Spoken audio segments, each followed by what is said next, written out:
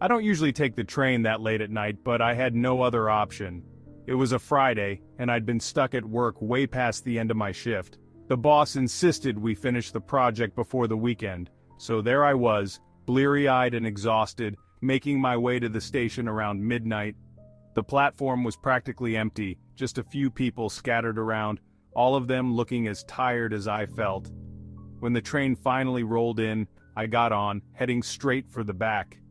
I like sitting near the end of the car away from everyone else. It's quieter and I can zone out until I reach my stop. But as I walked down the aisle, I noticed a guy sitting a few rows ahead. He was slouched in his seat, wearing a dirty coat that looked way too heavy for the weather. His head was bowed and I couldn't see his face. I didn't think much of him at first. There's always someone odd on the late train. Drunks, weirdos, people just trying to sleep until morning. I took a seat a few rows behind him and stared out the window as the train started moving. The city lights blurred into a stream of yellow and white as we picked up speed. It wasn't long before I started to feel uneasy. The guy hadn't moved since I sat down. He was just sitting there, perfectly still. I told myself he was probably just sleeping, but something about him didn't sit right with me. I kept glancing at him, waiting for him to shift or scratch his nose or do something that normal people do. But he didn't. The train rattled on, stopping at stations and letting on the occasional passenger. The car was pretty empty by now, just a handful of us left. I couldn't shake the feeling that something was off. It was too quiet, even for a late-night train ride. I tried to ignore the guy and focus on anything else. I pulled out my phone and scrolled through some random articles, but my eyes kept drifting back to him. I couldn't help it. There was something wrong. We were about halfway to my stop when things got weirder. I looked up, and the guy was gone. His seat was empty, and there was no sign of him anywhere in the car. I didn't hear him get up, didn't see him walk past me to get off at a station. He was just gone. I felt a chill run down my spine. I quickly scanned the car, hoping I'd just missed him getting up, but there was nothing. No coat, no bag, nothing to show he'd even been there.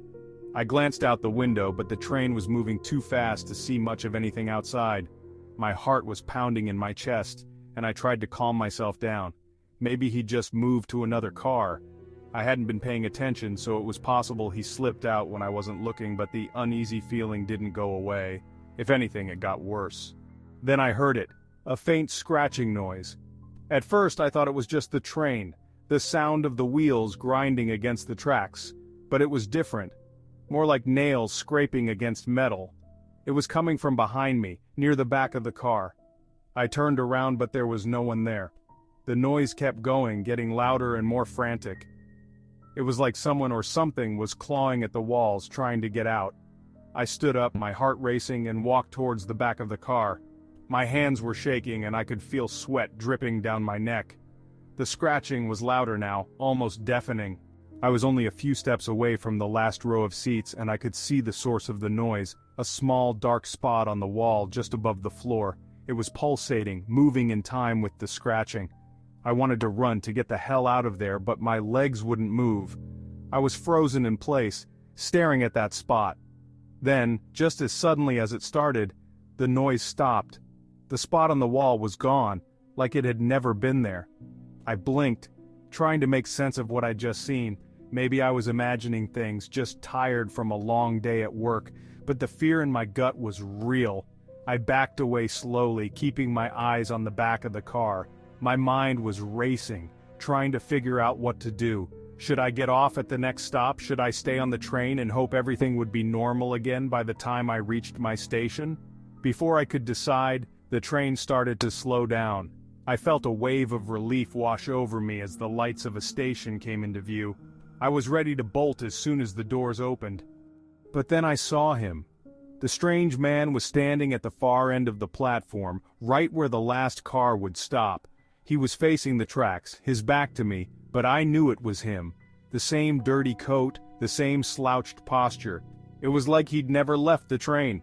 My heart skipped a beat and I felt my stomach drop. There was no way he could have gotten off without me seeing him. I would have noticed, I would have heard. But there he was, just standing there, waiting. The train came to a halt and the doors slid open with a soft hiss. I hesitated, my mind screaming at me to run, to get away from whatever was happening, but my body wouldn't move. I was rooted to the spot, staring at the man at the end of the platform. He didn't turn around, he didn't move. He just stood there, perfectly still, like he was waiting for something. Or someone. Finally, I forced myself to step off the train. The platform was almost empty, just a few stragglers hurrying to catch the last trains of the night. But the man was still there, standing at the far end, as if he was the only other person in the world. I kept my distance, walking slowly, trying not to make any noise. I didn't want to draw his attention, didn't want him to notice me. But as I got closer to the exit, I couldn't help but glance over my shoulder. The man was gone. There was no sign of him anywhere on the platform, no footsteps, no shadow, nothing. I broke into a run, my heart pounding in my chest. I didn't stop until I was out of the station, breathing in the cool night air, but even then, I couldn't shake the feeling that I was being watched.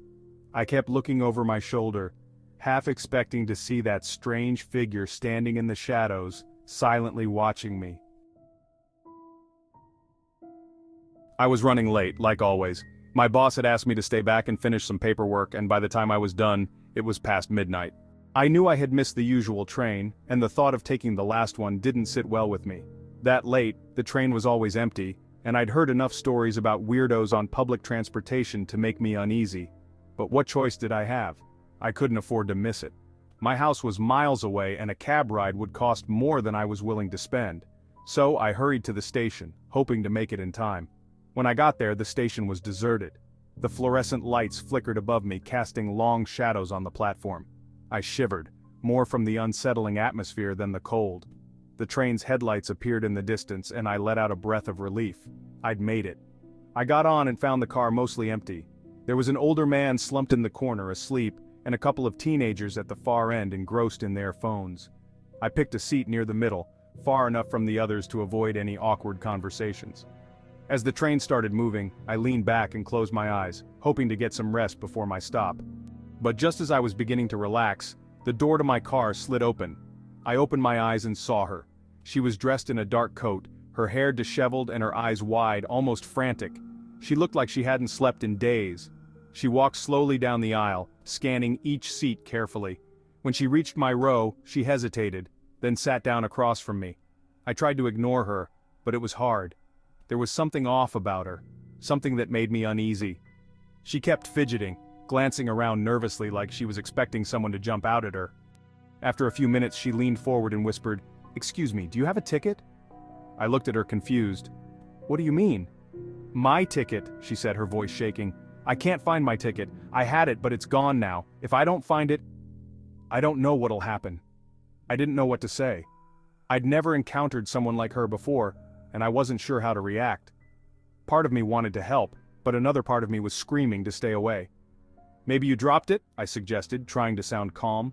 She shook her head. "No, I had it in my pocket. It was right there, but now it's gone. I need it. I really need it." There was a desperation in her voice that made me uneasy. I wasn't sure what to do. I didn't want to get involved, but I also didn't want to leave her like this. "Okay," I said finally, "let's look for it." She nodded, relief flooding her face. We both started searching the floor around us, checking under the seats and in the aisle, but there was no sign of the ticket. The more we searched, the more agitated she became. "It has to be here," she kept muttering. "It has to be." I was starting to regret offering to help. The whole situation felt wrong, like I was getting caught up in something I shouldn't be involved in, but I couldn't back out now. I'd already committed. After a while the train slowed as it approached the next station. The woman's face went pale. "It's too late," she whispered. "I can't find it." "Maybe you can explain it to the conductor?" I suggested. Though I knew how that would go, she'd probably get kicked off the train. She shook her head again, her eyes wide with fear. No, you don't understand. If I don't find it, I'll disappear." "Disappear?" I repeated, not sure I'd heard her right. "Yes," she said, her voice barely audible. "I'll vanish, I'll be gone." I didn't know what to say to that. It was crazy, the kind of thing you'd hear in a bad movie, but the look in her eyes told me she believed it, and that scared me more than anything. The train came to a stop and she stood up, looking around one last time. Then she turned to me. "Thank you," she said softly, "for trying to help." Before I could respond, she hurried off the train, disappearing into the night. I sat there, stunned, not sure what had just happened. The rest of the ride was uneventful, but I couldn't shake the feeling that something was wrong. The woman's words kept echoing in my head, and I found myself checking the floor around me, half expecting to find the missing ticket, but there was nothing. When I finally got home, I was exhausted. I dropped onto the couch, trying to make sense of what had happened. It was probably just some crazy woman, I told myself. She was probably high or something, but deep down, I knew that wasn't it. There was something more to it, something I couldn't explain. The next morning, I woke up to the sound of my phone buzzing. I groggily reached for it, squinting at the screen. It was a news alert. I clicked on it, and as I read the headline, my blood ran cold. "Woman wanted for multiple murders spotted at train station," it read. The article went on to describe the woman: dark coat, disheveled hair, wide eyes. It was her. There was no doubt about it. I felt sick to my stomach. I'd spent half the night helping a murderer look for a ticket. And the worst part was, I hadn't even realized it. As I sat there trying to process it all, something clicked in my mind. The way she'd acted, the fear in her eyes. It wasn't just because she'd lost her ticket. She knew she was being hunted and she was terrified. But that didn't explain what she'd said about vanishing. It didn't make any sense. And yet, I couldn't shake the feeling that there was some truth to it. I couldn't just ignore it. I had to know more. So I started digging, looking up everything I could about the woman. Her name was Laura King, and according to the article, she'd been on the run for weeks, leaving a trail of bodies in her wake. No one knew why she'd started killing, but they all agreed on one thing: she was dangerous. The more I read, the more I realized how lucky I'd been. If she'd figured out that I knew who she was, there's no telling what she might have done.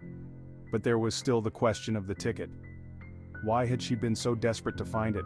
And what did she mean when she said she'd vanish? I couldn't stop thinking about it. The idea that she might have disappeared just like she said was ridiculous, but I'd seen the look in her eyes and I knew she believed it. A week passed and the story faded from the headlines, but I couldn't move on.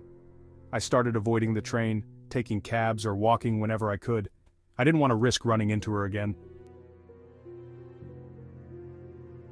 It was a Thursday night and I was stuck late at work again.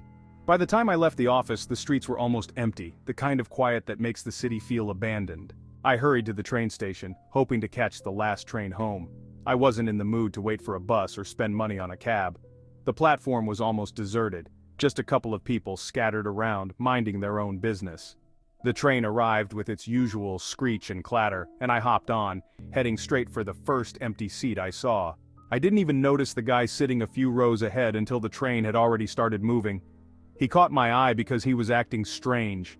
He was hunched over a notebook, scribbling furiously, his hand moving so fast it looked like a blur. Every now and then he'd pause, look up with wide, panicked eyes and mutter something under his breath. Then he'd go back to writing, his whole body tense like he was ready to spring out of his seat at any moment. I'm not the kind of guy who sticks his nose into other people's business, but there was something about this guy that put me on edge. Maybe it was the way he kept looking around like he was expecting something bad to happen, or maybe it was the way he gripped that pen like his life depended on it. I tried to ignore him at first, pulling out my phone and scrolling through some mindless stuff to pass the time. But the more I tried to focus on my screen, the more I found myself glancing back at him. He was still writing, his muttering getting louder, more frantic. The train rumbled along, the usual clinks and clatters of the tracks filling the silence. We passed a few stops, and each time the doors opened, I hoped the guy would get off. But he didn't. He just kept writing, filling page after page with whatever was in that notebook. I couldn't help it. I was getting curious. What could be so important that he had to write it down like that, and why did he look so scared? I thought about moving to another car, but something kept me glued to my seat. Maybe it was just the weird vibe he was giving off, or maybe I was too tired to care. It was after we passed the third or fourth stop that things started getting really weird. The train suddenly slowed down, then came to a complete stop. I looked out the window, but we were in the middle of nowhere. Just darkness outside with only the faintest outline of trees against the night sky. No station, no platform, nothing. I glanced around, wondering if anyone else thought this was odd, but the other passengers seemed unfazed, some even asleep in their seats. Then I looked at the guy with the notebook again, and my stomach did a flip. He was staring straight at me. His eyes were wide, almost bugging out of his head, and his face was pale, drenched in sweat. He wasn't writing anymore, his hand was frozen, gripping the pen so tightly his knuckles were white. For a second I thought he was going to get up and come over to me, but he just sat there, shaking his head slowly. I tried to look away, but I couldn't. There was something in his eyes, something desperate, like he needed me to understand something but couldn't find the words. Finally he broke the silence. "You need to get off at the next station," he said, his voice barely above a whisper. "It's the only way." I blinked, not sure if I'd heard him right. "What? You need to get off," he repeated louder this time. "At the next station. You have to. It's the only way to escape." I just stared at him, my heart starting to race. Was this guy messing with me? Trying to freak me out for no reason? But the look on his face, he was dead serious. "Escape what?" I asked, trying to keep my voice steady. He didn't answer right away, just looked down at his notebook like it held some kind of answer. "They're coming," he muttered. "I don't know when, but they're coming. And when they do, it'll be too late. You have to get off before then. It's the only chance you've got." I felt a chill run down my spine. I wanted to laugh it off, tell him he was crazy, but the fear in his voice was infectious. I couldn't shake the feeling that maybe, just maybe, he was telling the truth. The train jolted forward suddenly, as if waking up from a bad dream. We were moving again, the familiar rhythm of the tracks returning. I looked out the window trying to see where we were, but it was still too dark to make out anything. The guy with the notebook went back to writing, his hand moving even faster now, like he was racing against the clock. I couldn't take my eyes off him. Every fiber of my being was telling me to stay on the train, to ignore him and just get home. But there was that nagging doubt in the back of my mind. What if he was right? What if there really was something coming? The intercom crackled to life, announcing the next station. It was one of those stops in the middle of nowhere, barely more than a platform and a signpost. Nobody ever got on or off there, at least not at this time of night. The train began to slow down and I felt my pulse quicken. I looked back at the guy with the notebook and he was staring at me again, his eyes pleading. "Please," he said, "get off. Don't stay on the train. You don't know what you're risking." I hesitated, my mind racing. Every logical part of me wanted to stay on the train, to ignore this guy and his crazy ramblings. But there was that tiny voice in the back of my head, the one that said maybe, just maybe, I should listen. The train came to a stop, and the doors slid open with their usual hiss. I stood up, my legs feeling like jelly, and took a step towards the door. The guy's eyes lit up with hope, like he thought I was actually going to do it. But then I stopped. Something inside me just wouldn't let me go through with it. Maybe it was stubbornness, or maybe it was just plain fear, but I couldn't make myself step off that train.